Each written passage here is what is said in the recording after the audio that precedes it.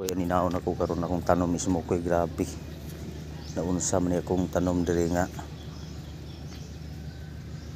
Unsa ba kay hinungdanan ni ito man mismo koy oh. No?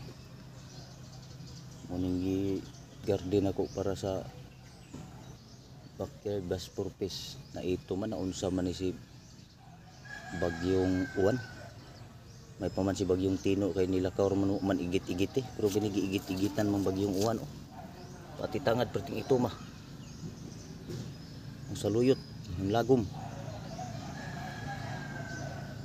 Pagkaway buot ti mong bagyong uwan ka. May pas bagyong Tino kay nilakaw lang awa nagbilin og bakas kini si bagyong uwan nagbilin og bakas kalibangan pa mag-insakto. No? Imbis na nga buhi na ang tangad ng lagom na hinuon unsa man grabe naman tong pagkabulan na eh. No? Nga itom. Pagkaway buot nimo bagyong uwan ka may pas bagyong Tino kay lakaw pero man nagbilin og bakas nga kalibanga daning akong garden. Kuway buot ni sa bagyong uwan eh. Kita magin niyo sa akong video karon grabe ito magigayo. No? Muni akong backyard sa purpose.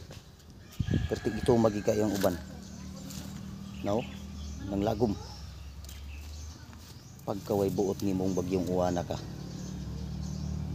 Wan lang unta kani hapit diri kay mag-igit-igit kani akong garden nabuang ka naman siguro kang bagyo ka. Grabe. Ang upaw tan-awa oh.